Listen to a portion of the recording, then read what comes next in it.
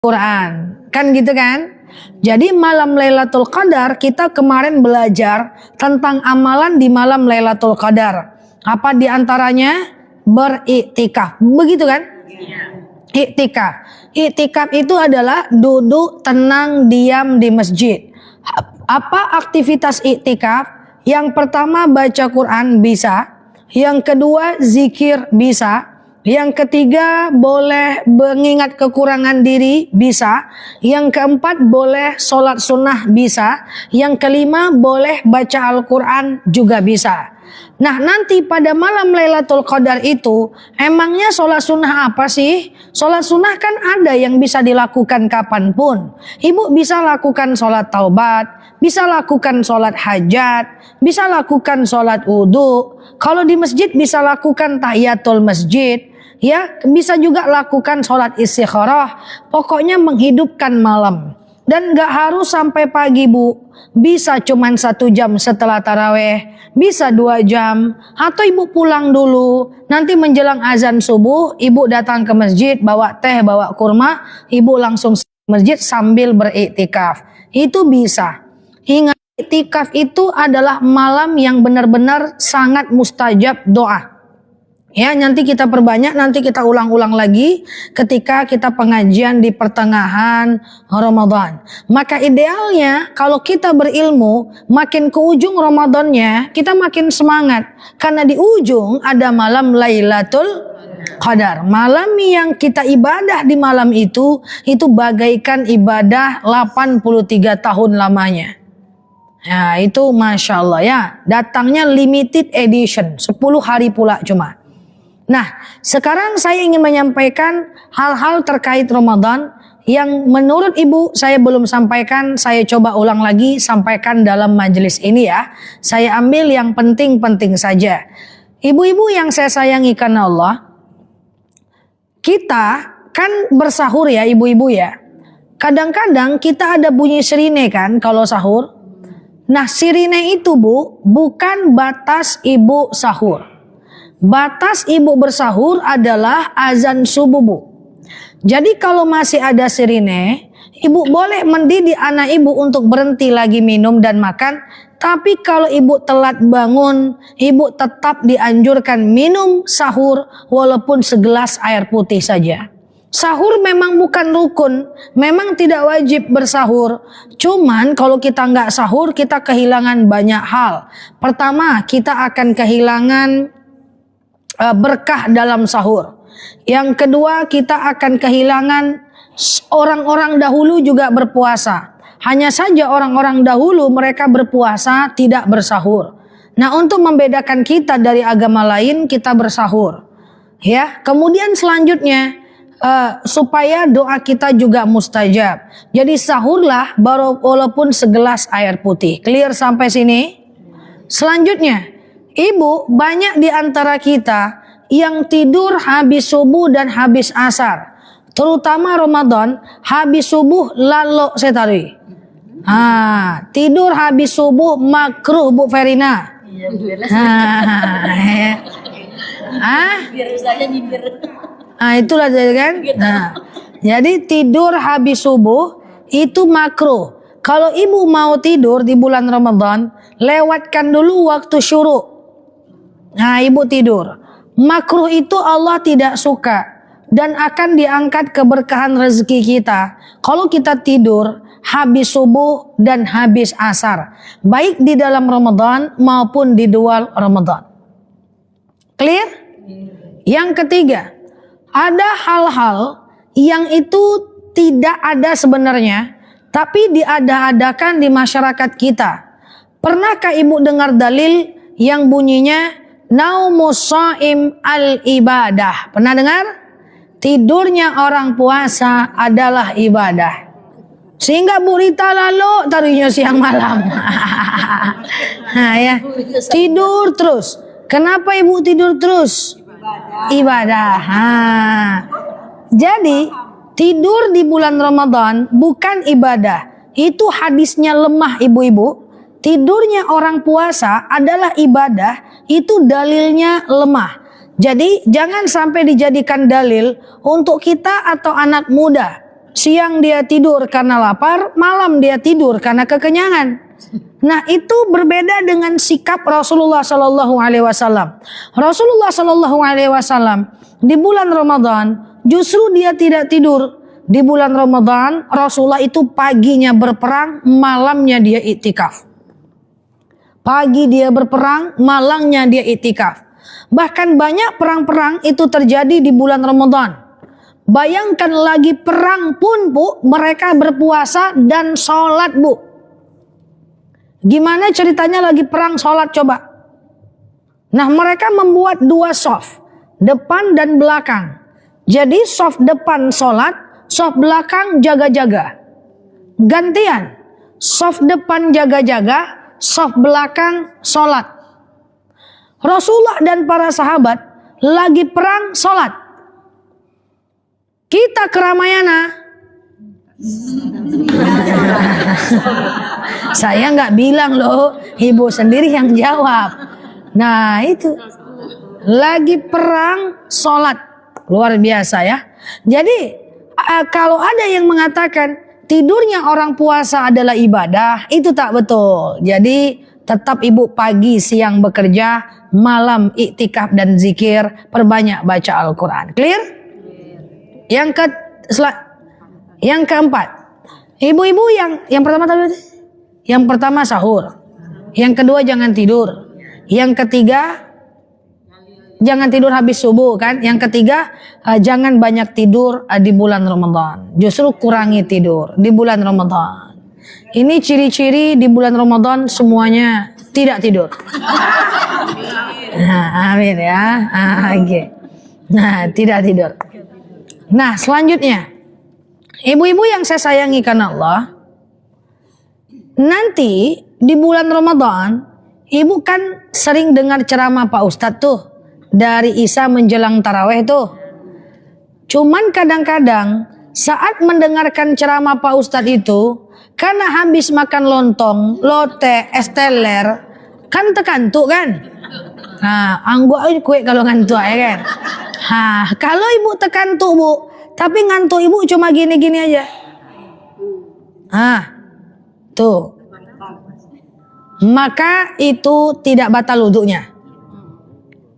Tapi kalau ibu menyandar atau ibu tidur, pinggul ibu udah enggak lagi nempel ke sejadah, maka mutlak batal. Ambil wudhu lagi. Selanjutnya, saya ingatkan lagi karena tadi belum saya sampaikan di sini. Dari habis Isya menjelang taraweh, kita kan dengar ceramah Ustadz ya. Saya ingatkan terus hampir tiap tahun kepada semua jemaah HC ini, bahwa saat Ustadz ceramah jangan baca Quran di belakang.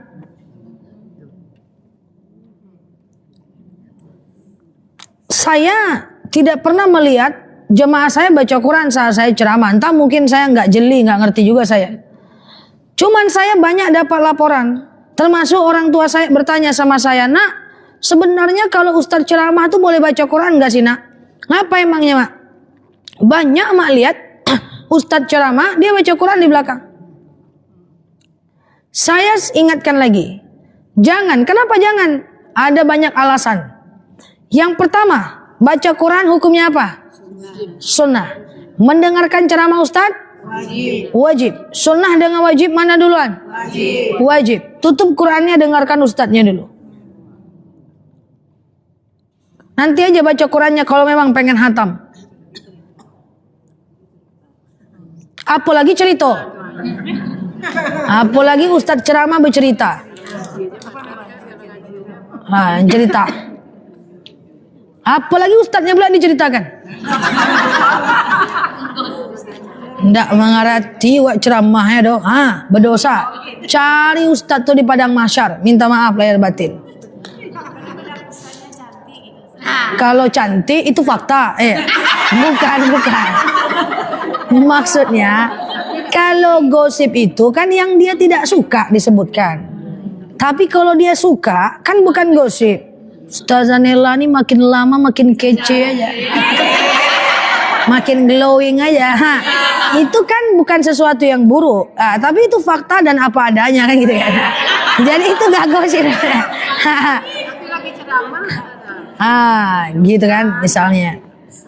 Enggak apa-apa. Nah cuma persoalannya tidak boleh macam kita itu cerita yang bercerita. Ya baca Qurannya nggak boleh apalagi cerita. Yang kedua alasannya apa Bu? Alasannya adalah kita ini Bu dalam majelis ilmu ini Bu, unzur maqala wala tanzur man qala. Lihat apa yang dia bicarakan, bukan lihat siapa yang berbicara. Siapapun ustadznya Bu, kita mesti ihtiram. Apa itu ihtiram? Hormat. Hormat kepada guru, kepada ustadz kita. Salah satu cara supaya ilmunya itu nyangkut. Karena al-ilmu nur wa nurullah la yahdi lil asi. Ilmu itu cahaya.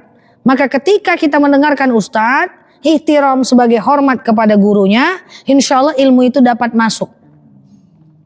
Kita nggak tahu, walaupun kita nggak ngerti ceramahnya misalnya.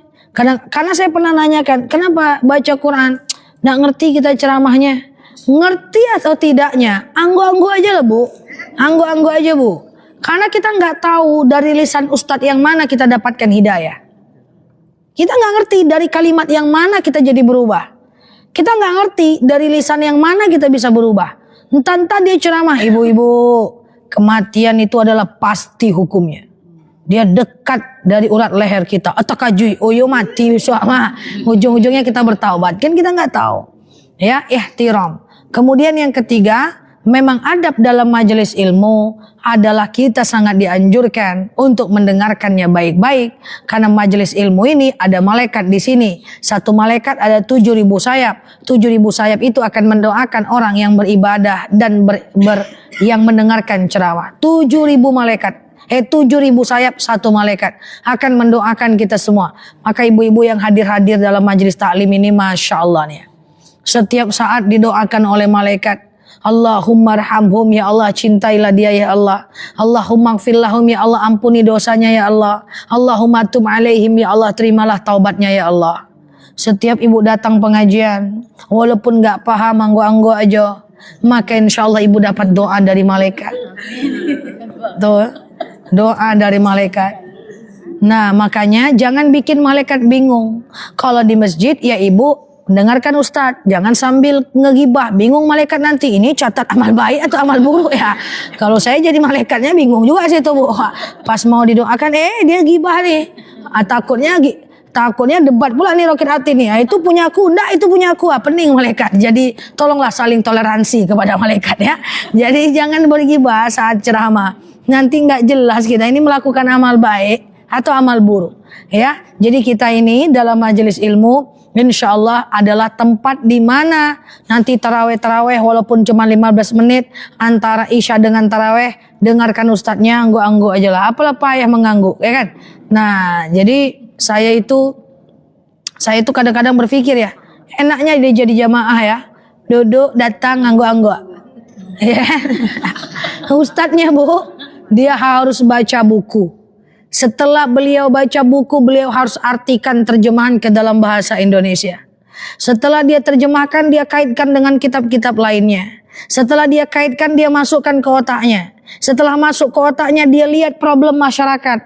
Setelah dia lihat problem masyarakat, bahasa buku tadi harus dia konversi ke dalam bahasa yang gampang. Banyak prosesnya itu Bu. Supaya bisa disederhanakan. Dari buku menjadi bahasa biasa. Itu kalau ustadz.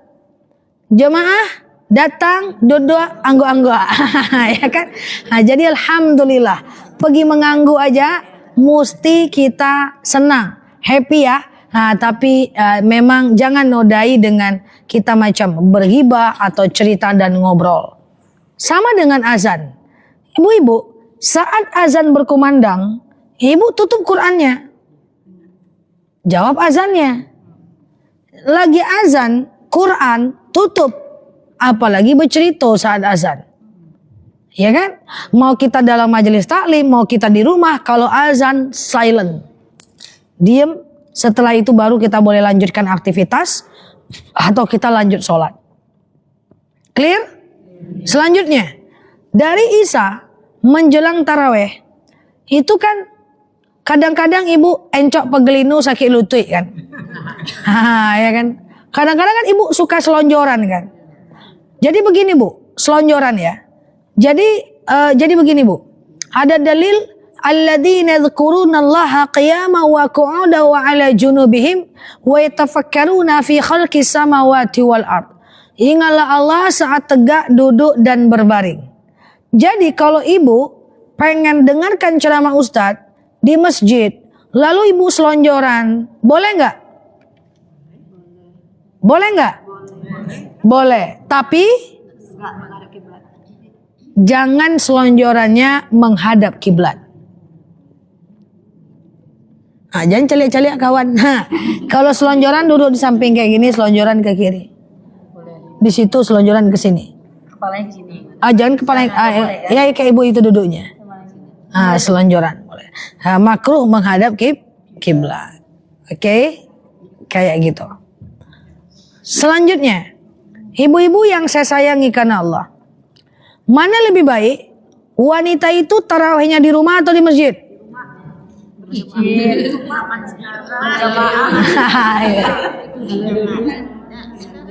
Namanya sekali setahun tuh kita kan sambil silaturahmi bagus di masjid. Tapi pada umumnya Ustaz bilang katanya di rumah. Tapi kan itu kenikmatan di bulan suci Ramadan itu bersama. Cuman pada umumnya Ustaz bilang, oh di rumah ya. Jadi begini, perempuan itu tidak diwajibkan ke masjid, tapi juga tidak diharamkan ke masjid, tidak dilarang ke masjid. Pada faktanya ada dalil, iza sta'zana nisa'akum fil lail ilal masjid fa'dhu lahun. Jika istri kalian suara saya jelas ke belakang? Jika istri kalian meminta, suara saya jelas? Enggak ya. Aman ya. Jika istri kalian meminta izin ke masjid, izinkanlah dia. Jadi ini dalil perempuan boleh ke masjid. Ya, ini dalil perempuan boleh ke masjid. Kan begitu kan? Cek.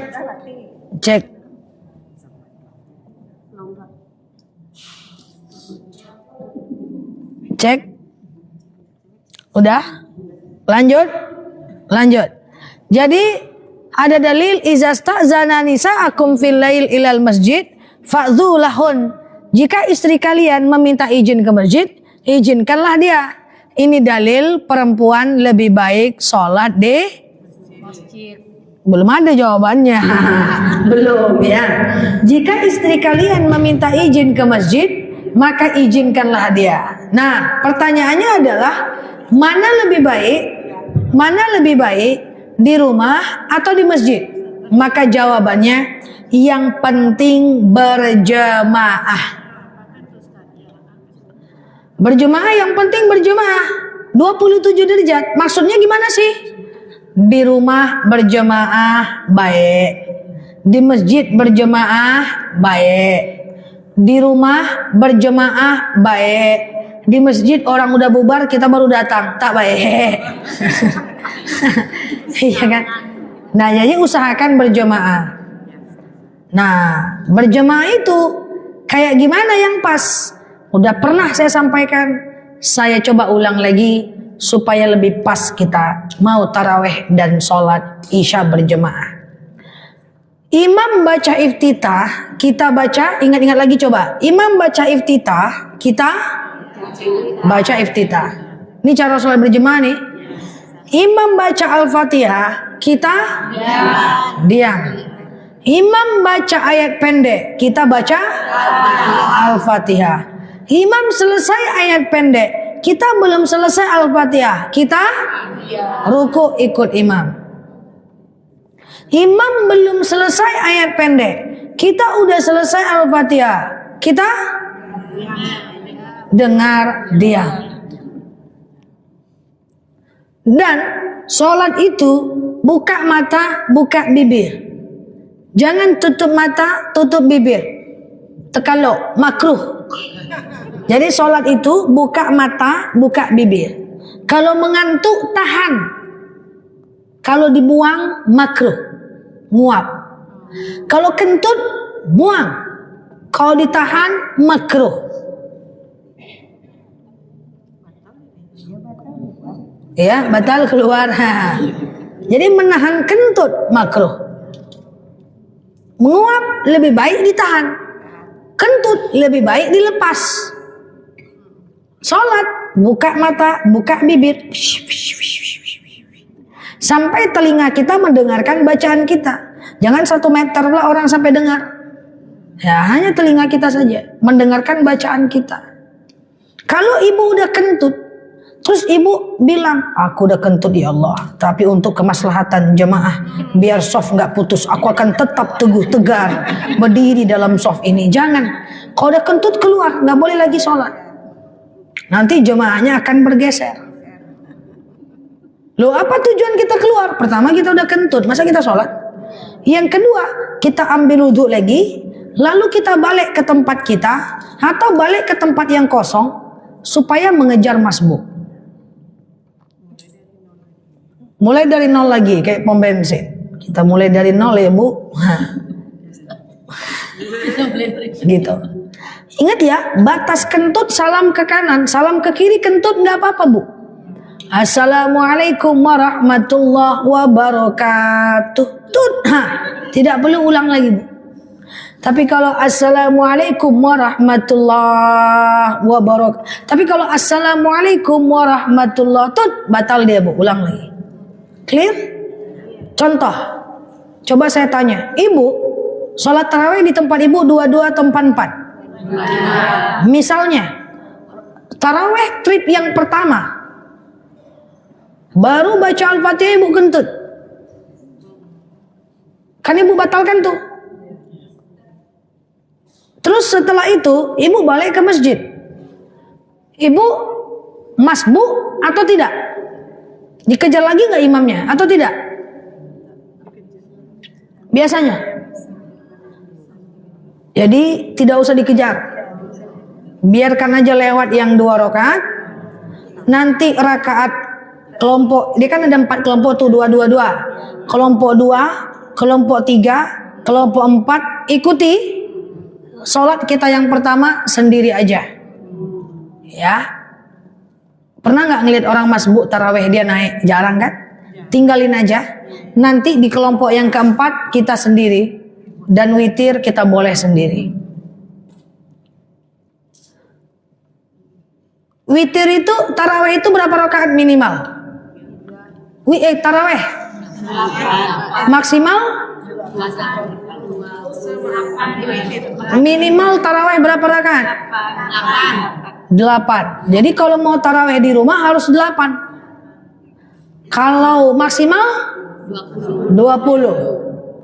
Witir minimal 1. Maksimal 3. Witir bisa 11 rakaat.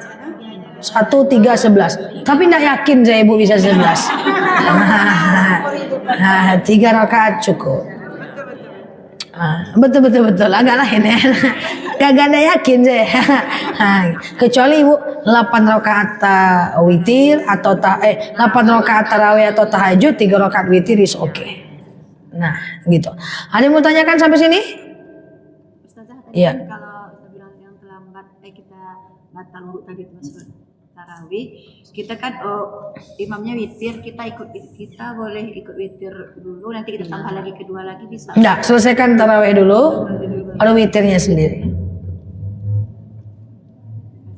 Iya. Mengenai yang tadi selonjor arah Selonjor. kiblat tadi, misalnya nih kalau kita buat di rumah nih kan, Di rumah. nah kan berarti kan kita di atas sajadah tuh. Iya. Nah, kadang karena selonjorannya, berarti kalau untuk berdoa apanya gimana nanti tuh Zah? Di rumah nggak apa-apa Bu, hanya di masjid saja. Oh gitu. Iya, hanya di masjid saja, jangan selonjoran menghadap kiblat. Di rumah nggak apa-apa. Kita masih di atas sajadah. Oh nggak apa-apa selonjoran. Zikir, sholawat, baca Quran, kaki sakit, selonjoran nggak apa-apa di rumah, nggak masalah. Di atas sejadah ya, kemudian kita macam Nggak apa-apa, di rumah nggak apa-apa. Sambil baring pun di atas sejadah kita sambil zikir karena pinggang sakit nggak apa-apa. Ya. Ya. Kalau dia doruriyah dalam keadaan sakit, dia terpaksa sholat selonjor, nggak masalah. Dia kan gini, ada dalil sallu qaiman, sholatlah kalian dalam keadaan berdiri, fa illam tastati fa qa'idan, kalau nggak bisa duduk. Nah, duduk ini kan tergantung. Kalau sakit lututnya, tentu dia selonjoran. Kalau sakit pinggangnya misalnya lututnya aman sedikit, tentu dia duduk di kursi. Atau dia malah cuma bisa bersila, nggak apa-apa, karena dia sakit. Ada lagi? Ya. Masalah berbuka.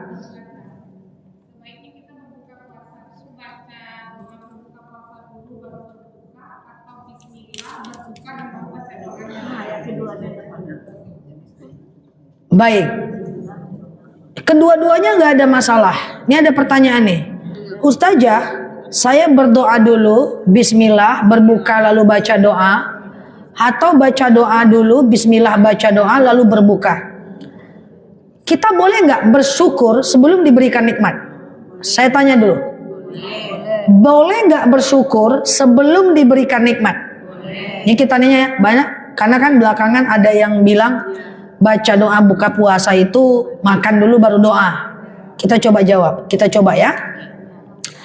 Boleh nggak kita bersyukur dulu baru kita menikmati? Boleh? Boleh ya. Contoh Rasulullah Shallallahu Alaihi Wasallam itu beliau nggak ada salah. Kalau salah langsung Allah tegur. Dan beliau tahu beliau itu penghuni surga. Tapi beliau tetap istighfar 100-700 kali sehari sebagai bentuk bahwa beliau itu menghamba kepada Allah. Ada yang mengatakan kita itu makan dulu baru berdoa. Alasannya apa? Karena mereka melihat daripada artinya. Allahumma lakasumtu. Ya Allah, untukmu aku berpuasa. Wa bika amantu. Dan dengan engkau aku beriman. Wa ala rizkika aftartu, atas rezekimu aku telah berbuka. Itu past tense, itu fi'lil madhi, dia udah lewat, berarti makan dulu dong kata dia, baru kita baca doa, mengacu pada arti. Paham ya? Sekarang saya tanya, tapi boleh nggak kita bersyukur itu wa ala rizkika aftartu, dengan rezekimu aku telah berbuka, kita bersyukur dulu baru kita makan, salah nggak? Salah nggak? Enggak salah. Jadi ibu-ibu itu bukan hal yang prinsip ya. Jadi ibu bismillah, doa, ibu makan. Enggak ada masalah. Kita bersyukur dulu baru kita makan. Ya bukan akhirnya dia menjadi dosa dan menjadi pahala. Itu mereka mengacu pada artinya yang itu past tense, fi'lil madhi. Oh, akhirnya diartikan kita doa dulu baru makan dulu baru berdoa. Oke? Yang oke-nya yang mana? Yang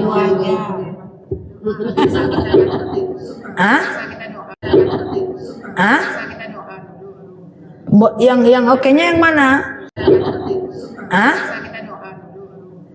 Yang oke-nya yang mana? Yang oke-nya yang mana? Ada nikmat dulu baru syukur atau syukur dulu baru ada nikmat? Bersyukur dulu baru ada nikmat. Kan gitu kan? Nah, dalam mulut telan. Kalau enggak bisa telan, bawa jungki balia. Dia telan.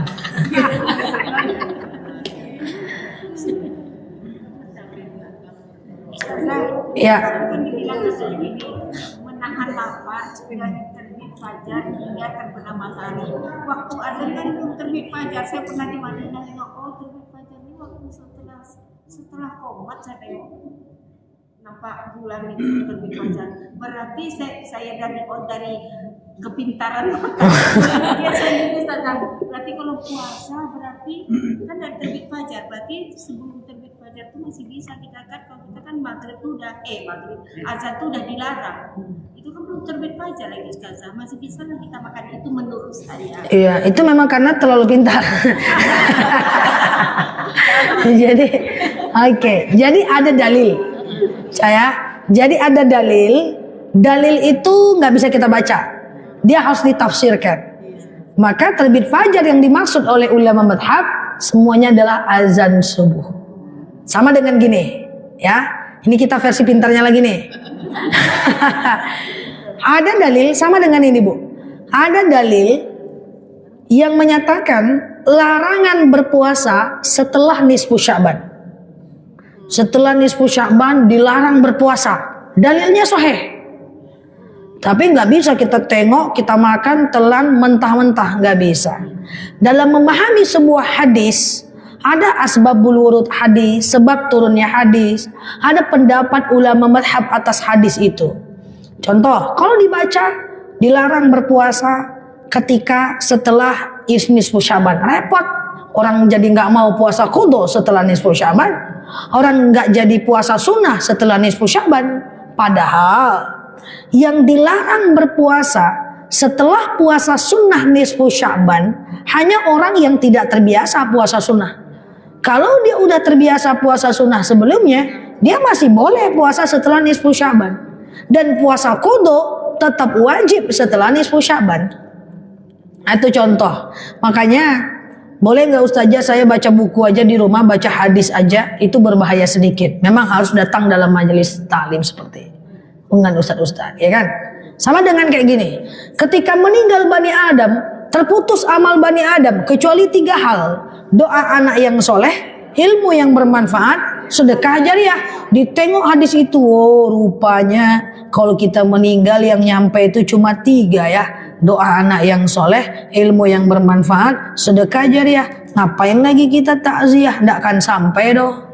Sampai 3 ini yo katanya. Ngapain lagi ziarah kubur, takkan sampai doh. Yang sampai itu 3 ini yo. Tapi hadisnya ada, tapi nggak bisa gitu ngartikannya. Dia mesti ada hadisnya, sebab turunnya hadis, tafsirnya, mustalahul hadis, dan ilmu-ilmu lainnya. Dan itu kita dengarkan dari ustadz-ustadz kita. Karena ustadz-ustadz itu dia belajar, dia kaitkan, lalu dia masak, yang masaknya itu yang dia sampaikan. Ibaratnya udah dimasaknya sendiri baru dia sampaikan, kan begitu. Dia masak, ya ada pendapat ulama masak, dia sampaikan. Seperti itu. Kan kemarin banyak tuh haram puasa setelah nisfu Sya'ban. Sampai nggak mau lagi puasa qadha setelah nisfu Sya'ban. Padahal masih boleh sampai 1 hari menjelang Ramadan, hari Syak. Jadi dalil yang mengharamkan puasa setelah nisfu Sya'ban hanyalah bagi orang yang belum terbiasa puasa sunnah sebelumnya. Kalau dia udah terbiasa puasa sunnah sebelumnya, dia masih bisa puasa setelah nisfu Sya'ban. Tapi sampai putus, kalau udah putus nggak bisa lagi. Oke, ada lagi? Oke, clear ya Bu? Nah, jadi janganlah waktu syuruk ibu masih makan.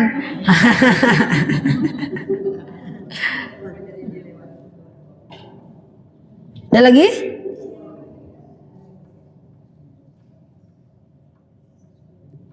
Selanjutnya 10 masih ada waktu. Oke, selanjutnya apa saja yang membatalkan puasa, Bu? Nanti kita ingat-ingat lagi. Yang membatalkan puasa jelas masuknya sesuatu ke tenggorokan dan kerongkongan, makan, minum, gitu. Kemudian batal saat kita gila, haid, muntah dengan sengaja, kan gitu kan? Kalau nggak sengaja nggak batal selagi kuat. Yang membatalkan puasa itu nggak banyak. Contoh misalnya, banyak orang salah paham. Katanya korek kuping batal, korek hidung batal, menangis batal. Nah itu enggak betul. Gosok gigi, batal nggak gosok gigi? Gosok gigi hindarkan. Kenapa? Tapi boleh nggak? Boleh, selagi tidak masuk ke tenggorokan dan kerongkongan. Cicipi makanan tidak batal, tapi kalau cicipnya 1 jam batal, ya kan? Nah, cepat buang, cus, cepat buang, ya kan? Nah, jadi yang membatalkan puasa, Kalau kita hubungan, batal aja. Kumur-kumur selagi tidak masuk ke tenggorokan dan kerongkongan nggak apa-apa. Cuman dikhawatirkan masuk. Kalau masuk dia batal. Gosip katanya batal. Bu Rita, aku ada gosip nih Bu Rita. Tapi karena kita puasa beko malam lah yo. Jangan. Jadi gosip itu memang tidak membatalkan puasa, tapi gosipnya itu berdosa. Jangan direncanakan pula. Nanti aja lah kita gosip malam ya. Marah tidak membatalkan puasa, cuman marahnya berdosa. Aku tuh mau marah sama abang bang, tapi karena puasa aku tahan. Tengok kau habis maghrib nanti bang. Nah, tetap berdosa, nyakitin hati orang. Ya. Jadi waktu saya kecil lebih parah lagi. Katanya buang angin batal. Capek nahan angin sampai maghrib. Nah, ternyata baru saya masuk pesantren, baru saya ngerti. Ternyata selama SD udah kena prank saya. Waktu SD itu kan ngajinya kita di masjid-masjid kan. Jadi ngaji sama kawan-kawan ya kan. Woi kentut batal woi katanya. Mau capek nahan kentut. Masuk pesantren baru tercerahkan dunia saya. Udah gitu ya misalnya. Kalau berwudu istinsa ke hidung Oh jangan Bu, itu masuk nanti. Ya, jangan itu masuk. Ya. Kalau suntik vitamin jangan. Karena syubhat, kita jadi kuat, kita jadi seger. Menunda haid saat berpuasa tidak dibolehkan, jumhur ulama sepakat. Tapi menunda haid saat umroh dan haji masih ada ulama khalaf yang membolehkan. Ustazah, kalau kita nih lagi puasa, terus badannya capek-capek, kita berurut Ustazah. Urut nggak apa-apa lah. Kan buka dosa sama urut. Tapi pusat buka aurat nggak membatalkan puasa, cuman buka auratnya berdosa. Cuman kan urut nggak apa-apa, urut nggak masalah. Ya kan dia buka sebatang badan Ustazah. Buka aurat tidak membatalkan wudhu, kan nggak aurat kan dia perempuan kan. Nah kalau dia perempuan tentu tidak aurat. Kalau bekam puasa. Tidak dianjurkan. Oke. Dah clear. Nah itulah dia. Ustazah, kalau kita masih ada utang kita boleh takut. Kita masih ada utang. Utang apa? Utang uang atau utang puasa? Utang seperti orang kredit gitu ya. Utang kredit. orang kita utang sih masih ada utang. Utang apa nih? Ya, utang mungkin seperti orang kredit gitu. Utang uang. Kita ada hutang uang. Ya, lunas tapi belum puasa. Terus bulan Ramadan masuk kita puasanya terus. Nggak ada hubungan. Nggak ada hubungan. Kita ada uang, kita ada utang, kita ada hutang uang. Boleh nggak kita puasa Ramadan? Harus puasa Ramadan. Sah. Jadi nanti gini Bu, ada yang bilang nggak sah? Saya pernah orang bilang Oke. Oh ya, oke. Saya jelaskan. Seandainya kita, ibu ini bertanya, kalau kita punya hutang kredit, boleh nggak kita berpuasa Ramadan? Boleh. Sah nggak? Sah. Nanti Bu, Allah itu akan menilai kita tuh per kasus. Nggak bayar hutang dosa, puasa pahala. Puasa pahala, nggak bayar hutang berdosa. Puasa pahala, gosip dosa. Puasa pahala, maria-aria suami berdosa. Sholat pahala, nyubi-nyubi anak berdosa. Tinggal nanti dihitung mana berat dosa dan pahala. Yang dosanya masuk neraka, cuci dulu di neraka.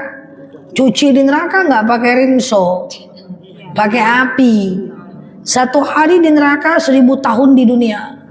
1 detik di neraka 48 tahun di dunia. Nggak kasih ampun, cuci di neraka, cuci. Dan nanti baru masuk surga. Cucinya la haula wala quwata illa billah. Apa? Oh itu laba-laba. Coba Karina buangkan Karina. Karina kesemutan ya Ustazah. Iya nggak apa-apa. Nggak apa-apa itu. Udah ada. Laba-laba nggak apa-apa. Ini. Oh iya. Teknik dia. Ikut majelis taklim deh. Satu hari cuci dulu neraka. Makanya ibu, jangan berpikir kita itu masuk neraka. Ustazah, semua orang Islam ini masuk surga kan? Iya. Oh pasti kan semuanya masuk surga? Iya. Oh cuman dicuci aja nyokan di neraka? Nyo katanya, pergilah sendiri ke neraka. Jangan berpikir masuk neraka. Kalau bisa kita nih masuk surga tanpa hisap, langsung masuk surga. Amin. Amin. Jangan mampir-mampir di neraka. Saya yakin semua orang Islam tuh masuk surga. Cuman ada yang transit ke neraka, itu masalahnya. Bingung, mana kawan kita? Transit dulu bos. Transitnya ke neraka.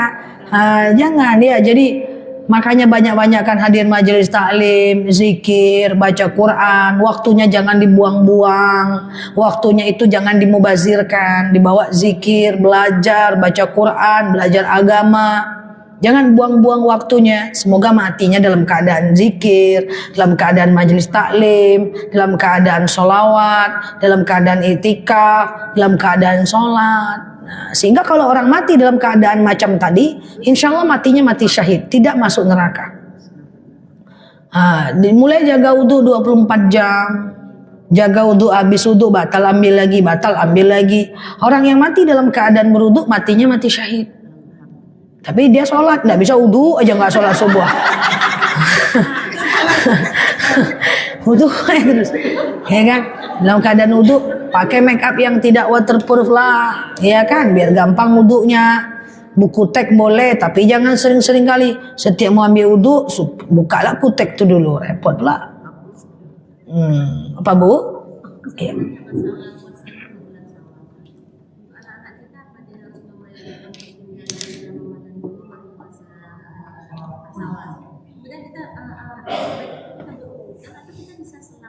Apa? Puasa Syawal.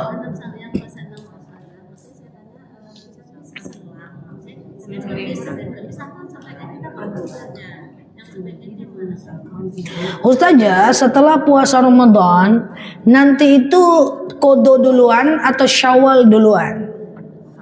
Sebenarnya yang wajib duluan, tapi tunggu dulu belum selesai. Sebenarnya kan wajib dengan sunnah, wajib duluan. Tapi qada puasa itu kan 1 tahun waktunya. Jadi mau nggak mau, suka nggak suka, ikhlas nggak ikhlas, qada puasa itu sampai bulan Sya'ban pun masih bisa. Maka sebenarnya kalau ibu haidnya normal, maka ibu boleh qada duluan baru Syawal. Lebih bagus. Karena qada itu kan cepat diganti, lebih bagus. Tapi kalau ibu haidnya nggak teratur, sebulan 2 kali, kadang-kadang lama, saran saya tetap Syawal duluan baru qada. Takutnya kalau qada duluan pas mau Syawal haid lagi. Nah, gitu. Jadi adalah benar lebih baik qada duluan. Tapi adalah salah yang menyatakan wajib qada duluan. Nah, itu salah. Karena kenyataannya qada itu sampai 1 tahun. Terus puasa Syawal tuh 6 hari berturut-turut atau boleh selang-seling. Afdolnya 6 hari berturut-turut, enggak pun enggak apa-apa. Selagi di bulan Syawal. Cuma ada teman-teman kita yang bagus di daerah-daerah Bangkinang itu kan, mereka itu Syawal itu bagus, ya. Mereka Lebaran kedua, atu-atu ya. Kita ikut atu lah ya kan. Raya ya anak cucunya. Tapi Lebaran kedua nggak ada THR ya, nggak ada. Oke, cukup. Wallahu a'lam bishawab. Ini apa katanya Ustazah kalau meninggal di hari Jumat katanya tadinya ada azab kubur. Di hari Jumat aja, besoknya tetap kena. Makanya kejar tuh mati syahid, bukan hari Jumatnya juga. Hari Jumat itu kehendak Allah. Mati syahid kita yang usahakan. Mati syahid itu mati dalam keadaan menuntut ilmu, sholawat, zikir, dalam keadaan wudhu. Makanya di atas pesawat kan katanya orang kalau pesawatnya tabrakan pula. Kalau pesawatnya jatuh katanya mati syahid. Belum tentu, tergantung di atas pesawat dia ngapain. Kalau di atas pesawat dia zikir, syahid dia. Kalau di atas pesawat dia ghibah sama kawan sebelah, su'ul khotimah juga matinya. Iya kan? Katanya kalau orang mati tenggelam itu mati syahid. Tergantung. Kalau sebelum tenggelam tuh dia mancing sambil gosipin orang, tetap aja su'ul khotimah. Ya kan? Nah, tapi kalau dia lagi santai-santai di taman, lalu kemudian dia berzikir, dihantam sama tsunami, tentu dia mati syahid karena dalam keadaan zikir. Jadi jadwal matinya Allah yang tentukan, cara matinya kita yang usahakan. Gitu aja. Besok misalnya jadwal mati saya jam 8. Jam 8 saya lagi ngapain? Kalau jam 8 saya lagi ceramah, saya mati baik. Kalau jam 8 saya lagi ngangak-ngangak, matinya ngangak. Kalau jam 8 saya lagi gibah, matinya gibah. Jadi matinya Allah yang tentukan, tapi cara matinya kita yang usahakan. Pengen mati kayak gimana? Paham? Wallahu a'lam bishawab. Mohon maaf lahir dan batin.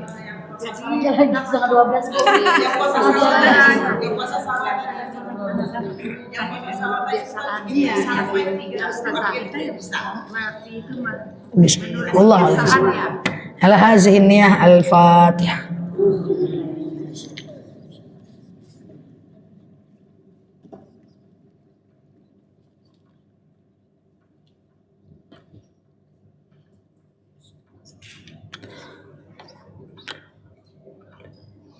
Amin ya Allah, amin ya Rahman, amin amin ya mujibas sa'ilin. Allahumma salli ala Muhammad wa ala ali Muhammad. Allahumma inna nas'aluka ridhaka wal jannah, na'udzubika min sakhatika wan nar.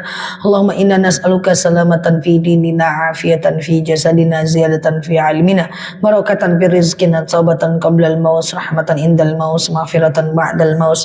Allahumma hawin alaina fi sakaratil maut, najatan minan nari wal afwa indal hisab. Allahumma antas salam minkas salam wa ilaika ya'udus salam, fahayyina rabbana bisalam wa dakhalnal jannata darussalam, tabarakta rabbana wa ta'alaita ya hadzal jalali wal ikram.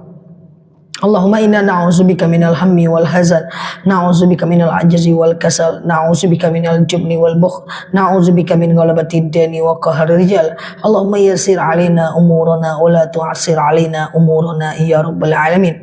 Allahumma in kana rizquna fis sama' fa anzilhu, wa in kana rizquna fil ardi fa akhrijhu, wa in kana rizquna ba'idan fa qaribhu, wa in kana rizquna haraman fa tahhirhu, wa in kana qalilan fa kaththirhu ya rabbal alamin. Allahumma rabbana anfa'na bima 'allamtana wa 'allimna ma yanfa'una. Allahumma rabbana hab lana min azwajina wa zurriyyatina qurrata a'yuni waj'alna lil muttaqina imama. Allahumma ighfir lana dhunubana wa liwalidina warhamhuma kama rabbawna